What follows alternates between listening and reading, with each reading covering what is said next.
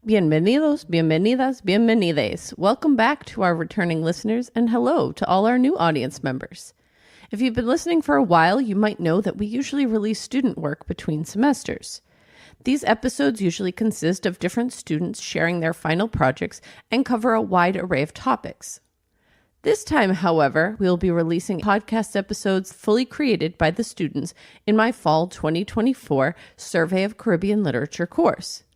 These students worked together in groups throughout the semester to create podcast episodes that reflected the literature, themes, and concepts we covered in the class. They researched the ideas that interested them the most and analyzed different forms of literature from the Caribbean, including novels, short stories, poetry, songs, and film.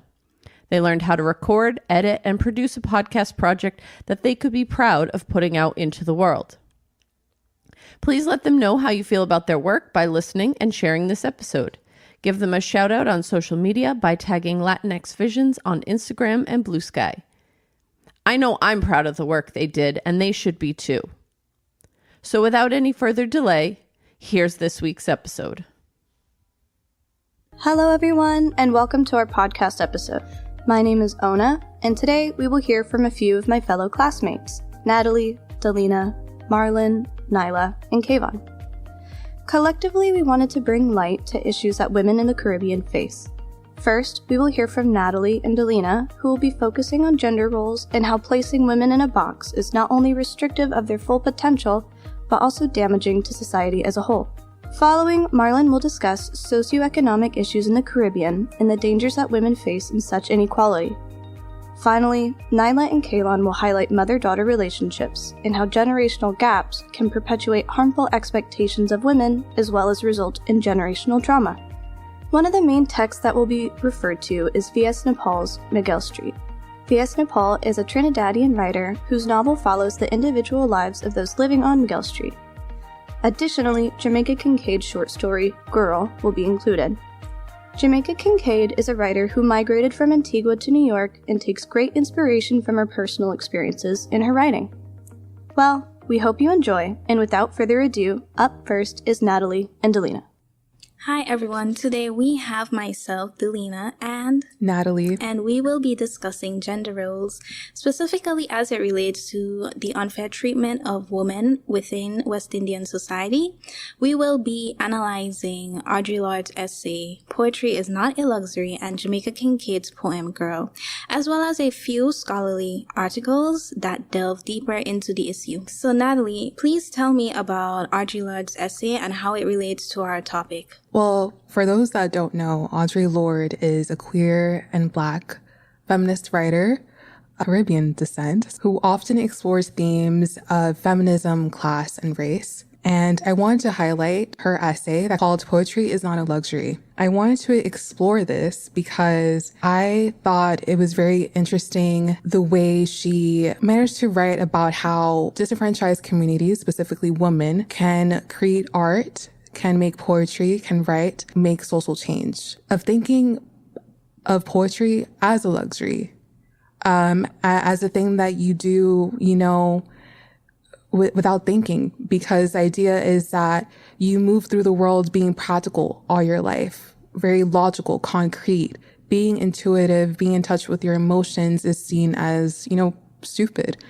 And women face the brunt of that when we are told we shouldn't trust our intuition, when really it comes from in Audre Lorde's words, a very ancient and dark place that we desperately need to explore. I actually do want to highlight a quote that she mentions in her essay that I think is very powerful. She states, "But as we come more into touch with our own ancient non-European consciousness of living as a situation to be experienced and interacted with, we learn more and more to cherish our feelings and to respect those hidden sources of our power from where true knowledge and therefore lasting action comes." I think that there is a lot of power in the way that women can find community with each other once they share their art and their writing, because in Audre Lorde's words, you give a name to the nameless. You give a name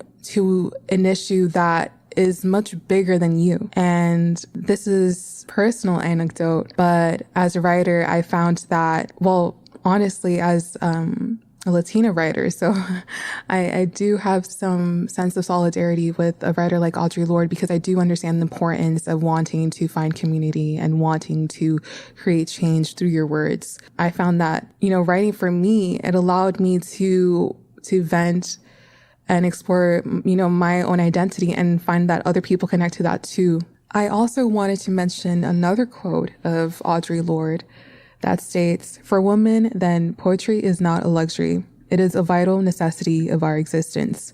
It forms the quality of light within which we predicate our hopes and dreams towards survival and change, first made into language, then into idea, then into more tangible action. Poetry is the way we help give name to the nameless so it can be thought." Wow, Natalie, I like that you brought out that quote. It really touches on the fact that poetry is not just leisure for women. It's more of a tool to be used to voice the injustices that they face. That also relates to like Jamaica Kincaid's poem, Girl, because she uses poetry as a means to highlight the injustices and the inequalities that exist within her society. Right. Especially when it comes to Girl, she talks about, her mother instructing her to wash the clothes on Monday or whatever. But when we delve like deeper into it, besides washing clothes, besides preparing meals, besides doing like chores, because when I think of it, those instructions at the very beginning, those are just like stuff that's made for like survival. Right. And when it comes to where her mother says, "So to prevent yourself from looking like the slut I know that you're so bent on becoming," that's where she actually pinpoints the internalized sexism that exists. That's where she pinpoints the condescending tone of her mother as we go through the essay. And not only does it pinpoint like I wouldn't even say like the harsh realities of mother-daughter relationships within the Caribbean, but more so the internalized sexism from being influenced by these societies, by these traditional societies. Right. And I know that you said like within Audre Lorde's essay, she pinpoints the colonial ideology. Right. Where we seek to gravitate more towards colonial traditions than even what we want for ourselves and what we want for our own. And there is one article that I want to bring up with that, which is Decolonizing Britain and Domesticating Women. Within this article, it talks about how in Caribbean societies, after post-colonialism, that we still hold on to and colonial beliefs. Right. That's what they left with us.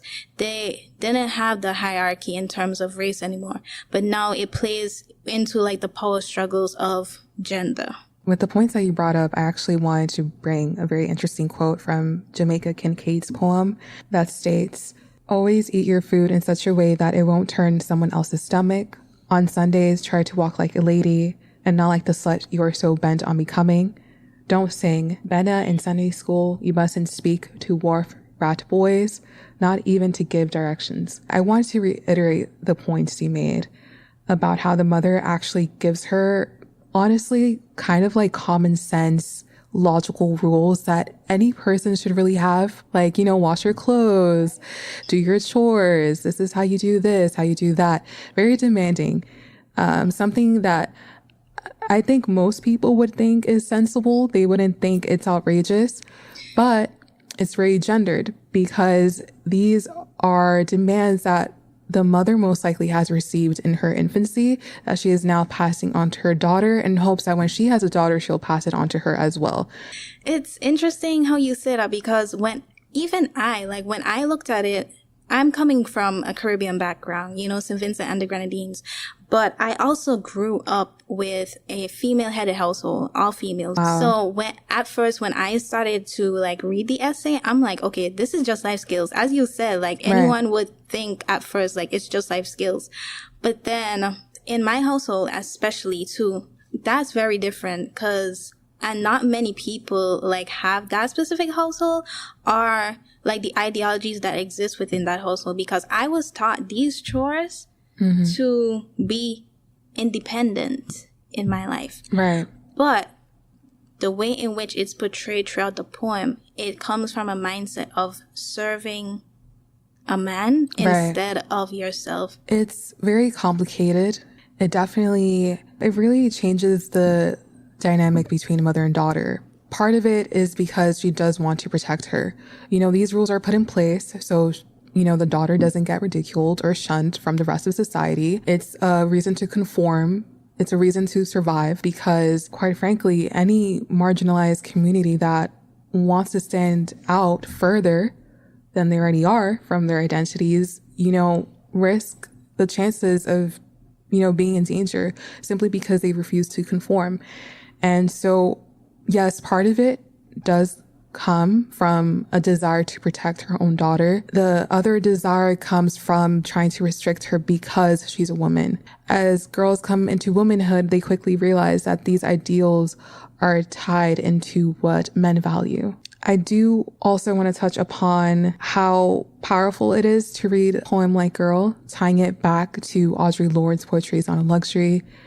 I think it's very important to talk about these issues of how Jamaica Kincaid explores in the poem, because Jamaica Kincaid actually does give a name to the nameless. You know, she's starting conversations about deep, complicated issues like the ones explored here. So it means something. And I think that's why, you know, women should take the initiative women have always created art, but to continue creating art in order to have these conversations happen, to make change happen, for us to be aware of these things. Otherwise, we are kept in the dark. And now I'm actually going to connect it to a scholarly journal that actually analyzes Girl in depth. And it's written by Carol Bailey, called The Performance and the Gendered Body in Jamaica Kincaid's Girl. And it states, a stage where females perform and where their bodies are constantly under scrutiny by an audience always fully aware of how the body is to be shaped and the behaviors that women are supposed to display in order to reinforce dominant gender ideologies. I really, really, really love this quote because it's the way I view harsh and rigid gender roles, and it's a mask.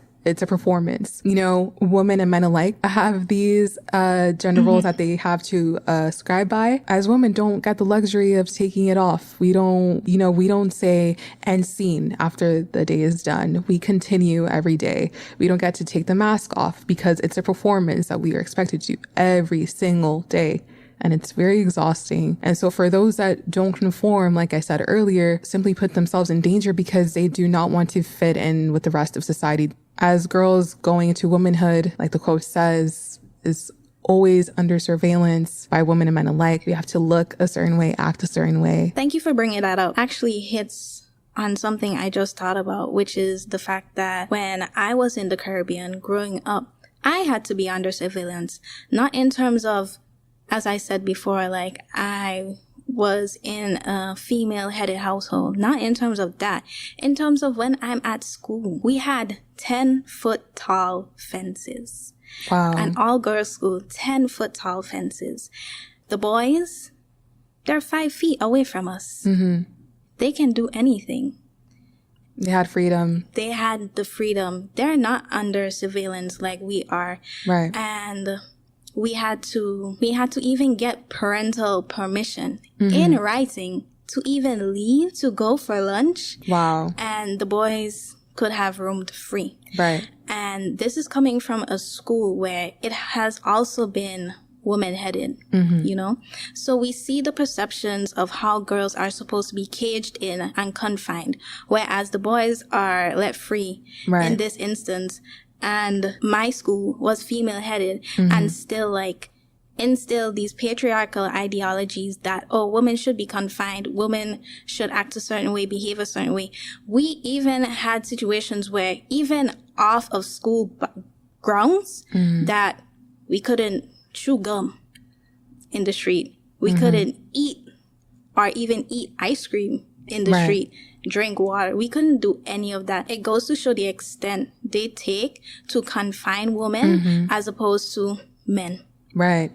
That's actually really interesting that you mentioned that your school being all girls school, you would think that, things would be different. Exactly. But the truth is that the way patriarchy works is that it would not survive or live as long as it has if women weren't put in place to keep other women in check. Even again in Jamaica Kincaid's poem, it's her mother taking that role of saying, hey, I'm putting you in your place, right? That ensures a generation of patriarchy surviving once more. And it really is a never ending cycle unless we address it. I think Audre Lorde's, even though her essay, I believe, was actually written in the 70s, somewhere in the late 20th century, but it's still very prevalent. It holds so much truth to this day. Even Jamaica Kincaid's poem, honestly, because look at my story and where I'm coming from. Exactly. Too. It still holds all its truth. Yeah. And I do want to finish off with this quote from the same scholarly journal that I mentioned. And it reads, "The story's primary refrain, 'This is how,' shows a clear emphasis on particular ways of being that depend on defined ways of acting, and calls attention to the entrenched nature of performative acts that allows the young female to cement her place in the community of respectable women." All I'm going to say is, in regards to this journal, tying back to the colonial mindset, this idea of what is considered a respectable woman, someone who is pure and is modest, it's okay to be sexualized as long as you're not the one taking initiative of that. For women, there is no agency. Everything is projected onto you. And I think these are themes that are explored in all the works that we have discussed so far, where the woman has no say. There's no such thing as like, I want this, I want that. Making a name for yourself. There is no such thing as that. And I want to also interject here, especially when it comes to making a name for yourself. As we start towards, people saying, oh, well, women have freedom today. They're allowed to go to school. They're allowed to have jobs. They're not as castrated or marginalized in this society now. Right. But it's not like bad as before. Exactly. Right. This is an article published by the World Bank in 2023. Okay. Oh, so this is very recent, actually. Girl. Last year. Okay. And it says, academically, women outperform men, but struggle to transition from school to work. Interesting. Despite rising employment rates, women still hold low-paying jobs. Women's political representation has significantly improved in the Caribbean, but their agency remains limited. Wow. So we see how, today, women's rights have expanded in a way, but the ideologies of patriarchy still exist and play a role. Women do not earn as much as men. There are still struggles when it comes to going to school, then transitioning to work. Men are getting employed more than women. Right. Another article that deals with this is Roles of Women in the Caribbean by Dorian Powell. And she states, rather than improving the situation of women, development schemes too often undercut women's traditional economic and social roles, thus widening the gap between opportunities available to men and women.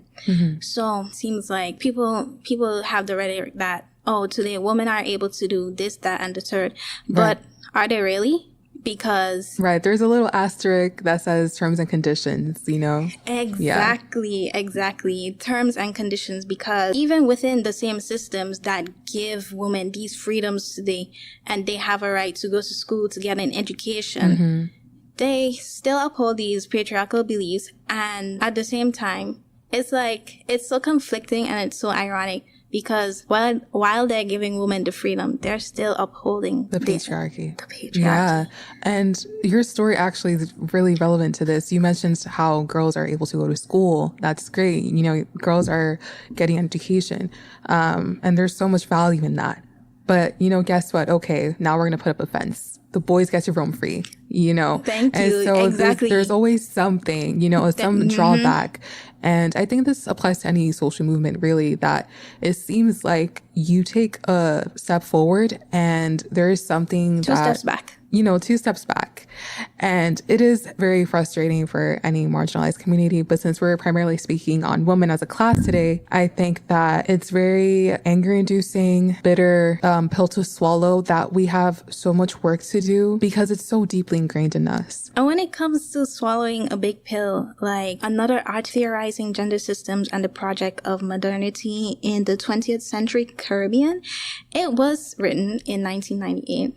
I know it's a little old. But in this article, it states to move towards gender neutrality, not equality, but neutrality, because we tend to use equality a little bit too loosely. What's the difference? Well, to me, when it comes to equality, women are given the same opportunities as men in terms of, you get to have an education, you get to have a job, but they don't put in place other mechanisms that help women get to where they want to go.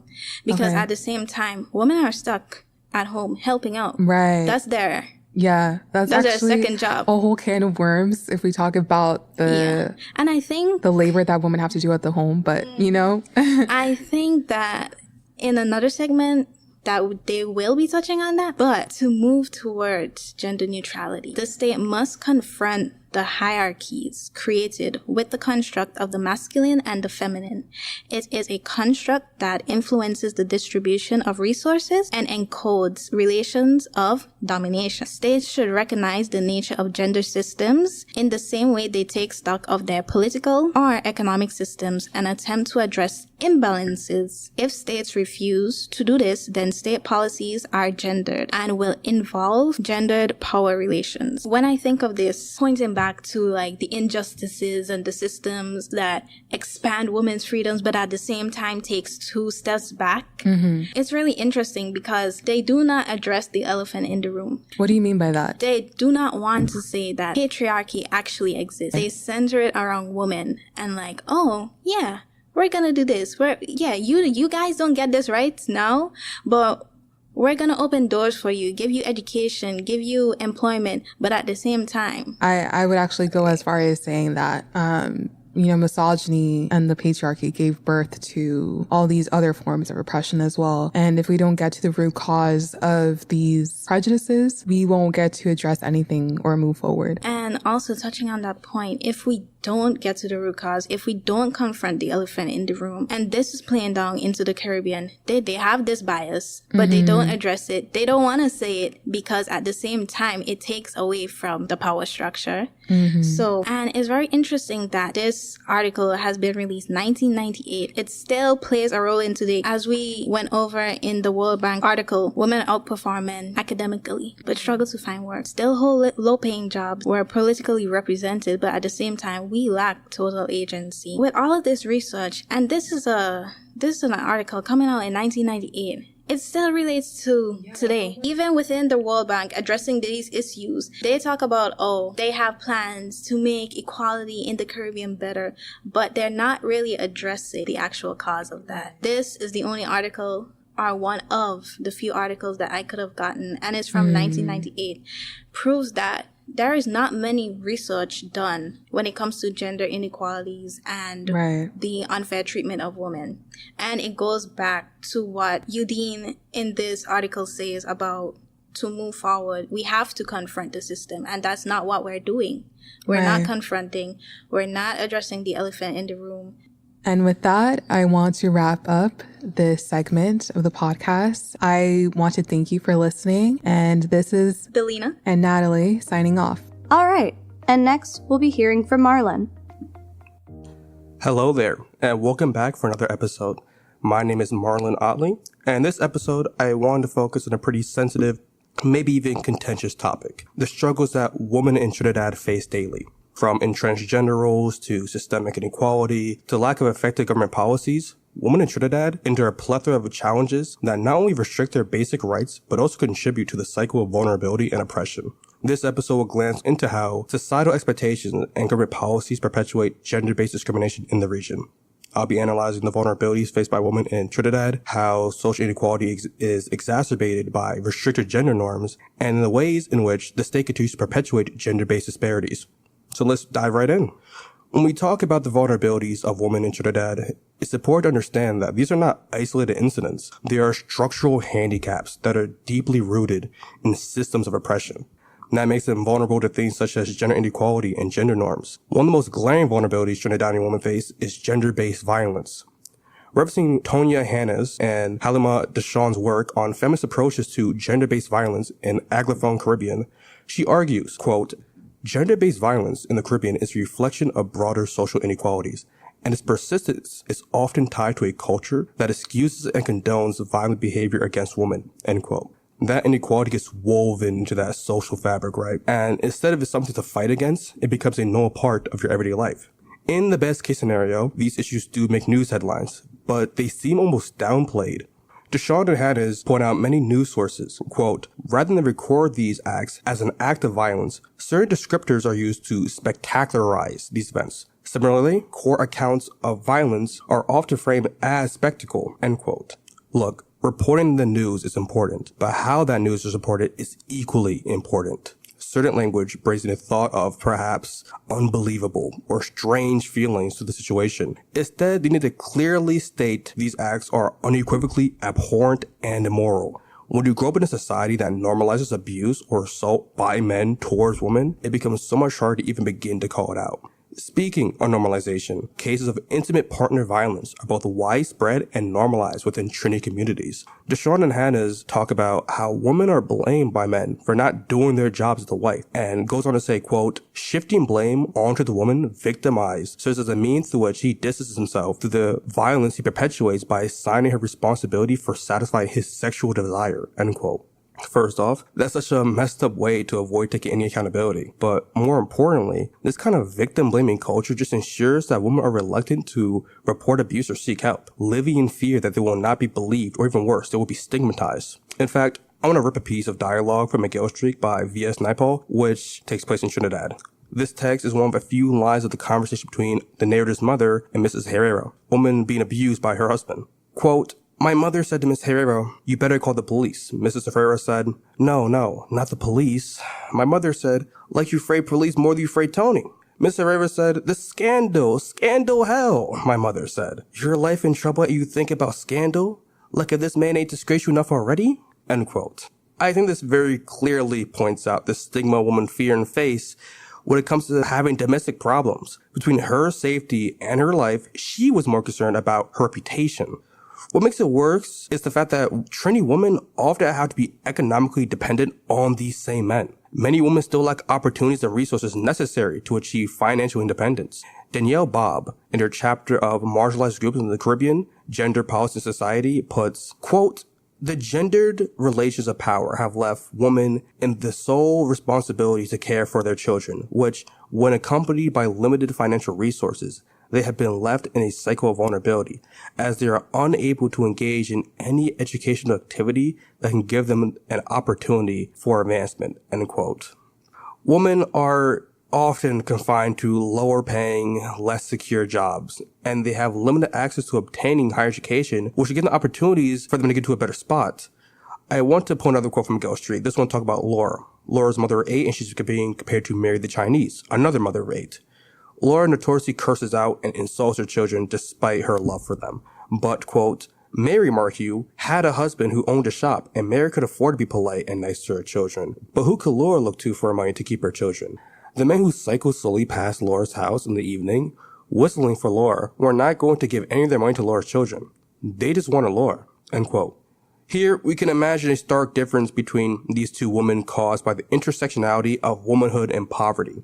Laura doesn't have any money or the education to afford to be linear with their children, which goes to tell you how much of an impact the lack of a male figure can trickle down to the children in the family. In general, the economic inequality Trini women face makes it only more difficult for them to achieve upward social mobility. Knowledge is power, and money is freedom, but women get neither. And this is by design. Women are not properly allowed to become independent. It is a rigid social caste system where if you are born to poverty, you will die old in poverty. And the only way to get out is to marry a man who can do it for you.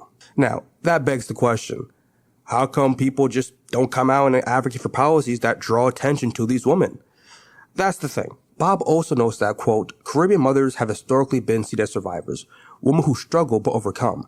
This resulted in minimum state action to better their living conditions or even acknowledge the challenges they encounter. Hence, mothers remain invisible as humans, seen predominantly only in terms of relation to their children or social reproduction, end quote. You see the issue? The government gets complacent because they think that women are strong because of hardships. Meanwhile, the whole time, they were strong despite the hardships. In fact, let's actually get to the government for a sec here. They're one of the most significant contributors to the perpetuation of gender inequality. In Trinidad, the role the government policies play directly determines who gets help and who doesn't. Although governments of the region have made some progress in terms of promoting gender equality, they still fall short in many areas. This is something that Bob brings to light, showing that many women in Trinidad, particularly mothers, are practically begging, quote, that they need to be visible as citizens and governments need to do more to improve the system within which mothers operate, end quote. Bob specifically talks about how governments always provide support, quote, in forms of welfare aid rather than policy, ideological, or infrastructural changes to improve women's access to resources and better their lives. Instead, the government has been seeing women engaging in less than viable or healthy income earning activities, end quote. Why give a mother extra money when you can find out why she needs extra money in the first place? There are some instances where the government does create support systems instead of offering band-aid fixes, but their execution is sloppy and not targeted. According to Bob, things like entries in the government-provided nurseries, quote, are extremely difficult to get, and these spaces are often occupied by families who can, based on their income bracket, afford to pay regular nursery fees. There is no mechanism to ensure that the service is provided for those who are actually in need of it, and thus, while this can be perceived as being equal, it is an injustice, end quote. Once again, offering the system is good, but the people who actually need to get limited access, they lose the opportunity to actually put themselves in a better economical spot. It becomes a problem of equity versus equality. I also want to bring up that it cannot be understated how bad the impact of gender roles have shaped the current East Caribbean region. They have, since introduced, contributed to the persistence of gender inequality in Trinidad.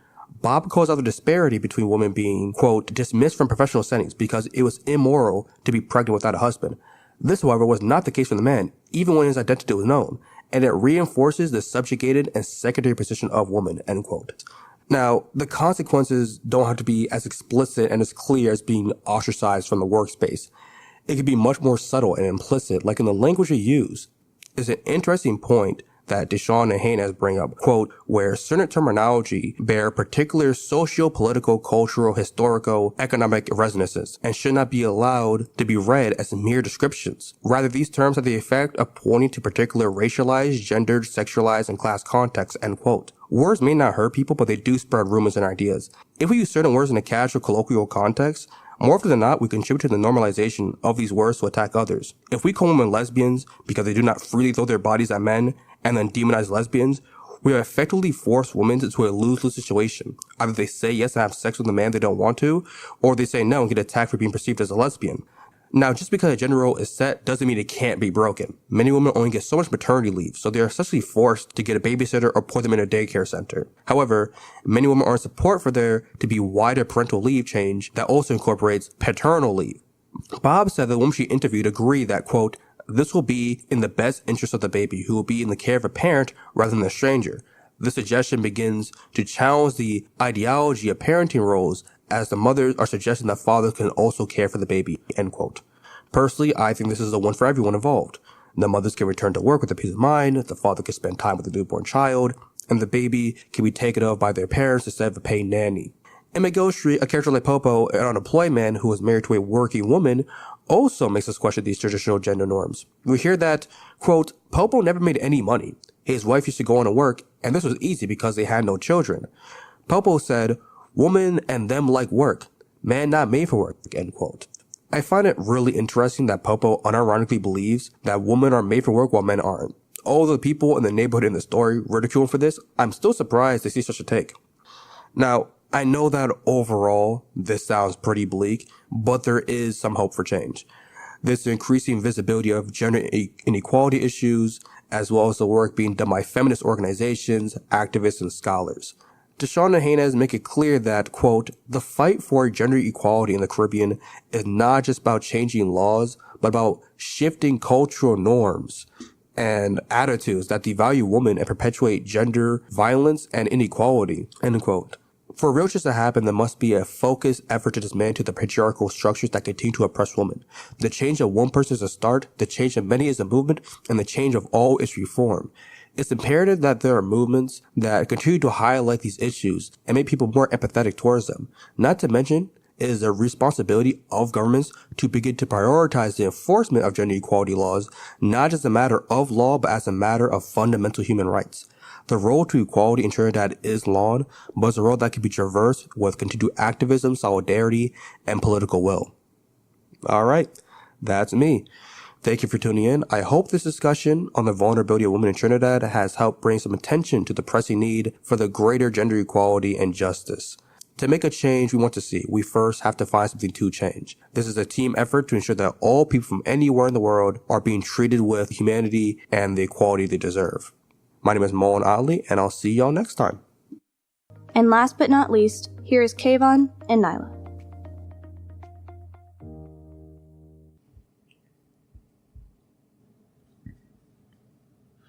Hello all, my name is Nyla Nazon, and I'm here with Kayvon James.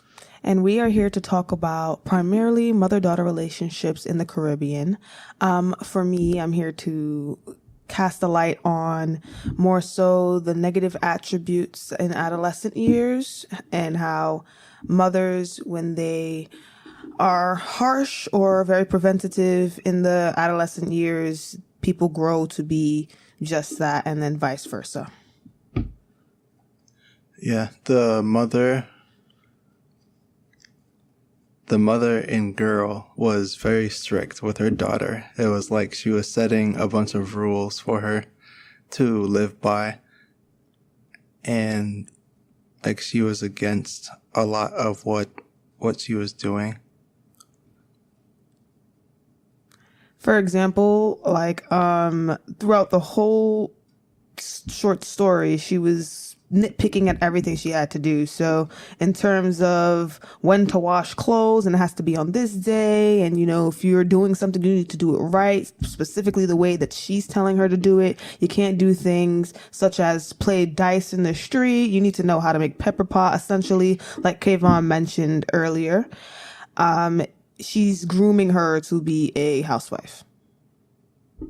Exactly.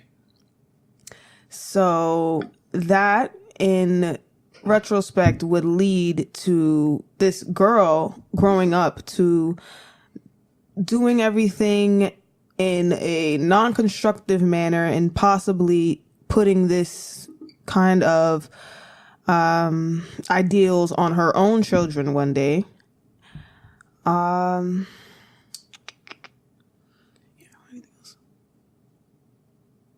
Okay. So leading into this by Jamaican Kincaid, I feel like in the book Lucy, she casts this same kind of ideal where her mother isn't really mentioned in the book too much, but she speaks through her life through her mother. So she moved to the US and she lives with a family. And throughout the book, we see in her dynamics that she can't properly sustain relationships, and the way she maneuvers throughout life is kind of restrictive with herself, putting herself out there due to her mother restricting her from doing all these things. And now that she's finally away from said mother, it's like she blames her mother for every single aspect of what's going on. The weather was important in that book because like she was used to the warm weather from where she was from, and like she wasn't used to the cold weather where she moved to. And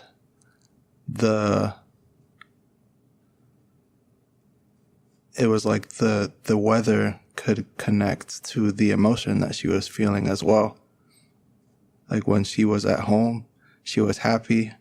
And when she moved to where she moved, she was unhappy.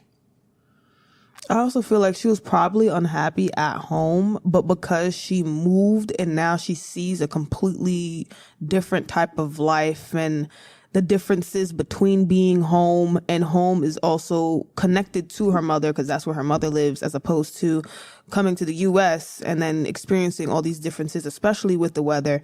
It shows that no matter where she goes, that she's still connected and tethered to the things her mother taught her, especially the fact that she resents most of those things. So to juxtaposition that, I have a poem called Mothers by Nikki Giovanni, and the last stanza was very prominent. So she was very deliberately waiting, perhaps for my father to come home from his night job, or maybe for a dream that had promised to come by. Come here, she said. I'll teach you a poem. I see the moon sees me. God bless the moon and God bless me. I taught it to my son, who recited for her, just to say we must learn to bear the pleasures as we have borne the pains. So this stanza to me stood out, especially in the context of mother-daughter relationships, as opposed to Jamaica Kincaid's Girl and Lucy, the book, because this mother here, instead of, I'd say, chastising her child, trying to cast a light of a life in which she already lived onto her offspring, she's kind of giving her something to pass on to her children, something positive, something that'll make her think of her mother as a teacher in her life, as opposed to a drill sergeant compared to Girl, the mother in Girl from Jamaica Kincaid. This mom decided to sit down and embrace her child and allow her to see that, it's about teaching your children to be themselves, but to, give them some type of freedom and leeway with certain things. And Mother in the Morning by Danielle Boudou Fortune. The mother's role in the garden is metaphoric because of the growth of her daughter. The entire poem is told from the daughter's point of view, and the mother watches the plants grow in her garden, just like how a mother watches her offspring grow up from childhood to adulthood. I like how the poem concludes, because it seems like the poet is comparing the growth of her daughter to the growth of a flower. The connection between the two creates an opportunity to evolve and grow. I like the part where you said she connected it to a flower, because flowers do bloom, and flowers, just like any other plant, have seasons. And just because, flowers per se, depending on the weather, nothing's really, just chop it up, nothing's perfect. Nobody is perfect. So, petals might fall and things may happen, but at the end of the day, you are a person. And the mothers from these two excerpts, yours and mine, Mother by Nikki Giovanni, really portray that. Another poem that I have here is Jamaican Parent and Child by Denise N. Fife. And this, to chop up the whole poem, it's basically about a woman who became a mother, and her mother was a labor worker and things of that nature. And she didn't want that for her child. So the whole premise of tough love is thrown in there. So I feel like this is like a medium between Girl by Jamaica Kincaid, Mothers by Nikki Giovanni, and your piece, Kayvon. The flowers. Mother in the Morning. Yeah. Between those three pieces, I feel like this one is a medium, because she speaks on having tough love for her children, trying not to pass on her embarrassments to her children so that they can sustain a life of their own, make mistakes of their own, and do things in their free merit, and making the sacrifices to educate them in ways not just of, do this and do that, but understand why to do this and why to do that, trying not to leave room for abuse. It says, no abuse, no quarrel, just love between me and you. The thanks I give is all but free for your sacrifices in trying to educate me. So yeah. Would you like to speak about your book, per se? The book that was mentioned? The book that was mentioned is called Frying Plantain by Zalika Reed Benta. The short story that I went over is called Pighead. I would describe the relationship between the mother and daughter as strained. Kara, being soft, is mentioned a couple of times throughout the story. The mother and daughter were involved in the same situation and reacted differently. There is a scene when the mother got into an argument or an altercation with someone at a gas station. There was a man that skipped Kara in line while the mother went to go get some milk. When the mother found out, she got very angry and confronted him about it. The mother looked at Kara and asked, "Why were you going to tell me to stop?" Afterwards, Kara repeatedly said, "I don't like this." The mother's attitude differs from Kara's attitude because the mother doesn't fold under pressure. Soft could have more than one meaning, such as not having thick skin, being very sensitive, or not speaking up at all. After this took place, the mother told Kara that Kara wants to forget everything, and she's soft.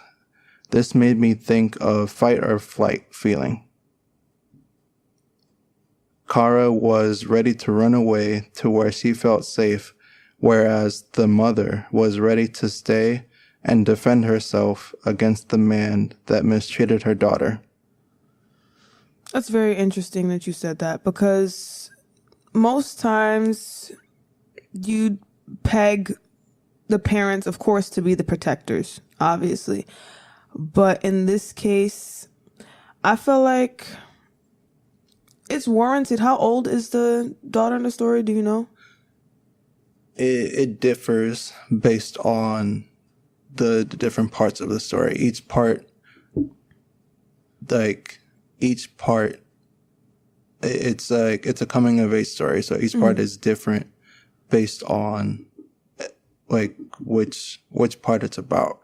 So the first part is when she's a child in elementary school, and then as the stories go along, I think it goes up to like when she graduates college. And which part is the fight or flight part? How old is she in that one? Pighead is elementary school. So then I feel like it's warranted that she'd want to run away from certain situations. And I feel like watching her mother stand up for her in a sense will inherently make her want to stand up for herself in certain situations. So throughout the story, how is her growth from the coming of age story due to her mother's, I guess, guidance? The mother's guidance is like negative because it doesn't seem like she's helping her development. It's kind of like stunting her growth in a way. Right. In what sense? Like, because you said the mother did try and stand up for her. So later on, like, what are certain things? Like, do you have another example of what she might have done to like cast a negative output on her child? And then did her child end up essentially like taking over her bad habits as opposed to trying to drop them? For that one, that's the only one I have. Okay. So any other pieces you'd like to discuss? You can go. Okay. We went over this one together. The one for the mothers who did the best they could by Asia Monet, and we were discussing that she was possibly the mother of someone else, like her sister's mother or something like that. Like somebody else being a maternal figure. And that's another interesting thing because me growing up in the Caribbean, I grew up here, but I'm first generation here, so I grew up around nothing but women for the first couple of years of my life, 5, 6 years old. And through growing up with these women, yes, I did live with my mother, but I lived with my aunt, my great aunt, my grandmother, so a bunch of different generations in one household. So I can relate to this poem right here because essentially she's speaking on a single mother who's raising the child alone, but still raising it with other people in a sense where that child's going to pick up on a whole bunch of attributes and traditions and things of that nature and grow into their own person from these things. And either, like, for example, me, I resent certain things that I was taught, but I still take them into account on a day-to-day. And that's essentially what's going on in this poem. There's a sister who also helps raise her younger sister, I believe, with the mother. And through that, it could be a toss-up on either good or bad. So on how one is raised and how they perceive the sense in which they were raised in that sense, if that makes sense. That makes sense. So thank you guys so much for listening to our version of the podcast. And this is Nyla again with Kayvon. And we're out. To conclude, women in the Caribbean face many struggles, ranging from class inequality, unfair gender roles, and familial struggles. With this podcast, we hope to spread light and awareness on these issues. And a big thank you to my peers for coming together and for all of your contributions. Well, thank you all so much for listening. We hope you enjoyed and learned something new.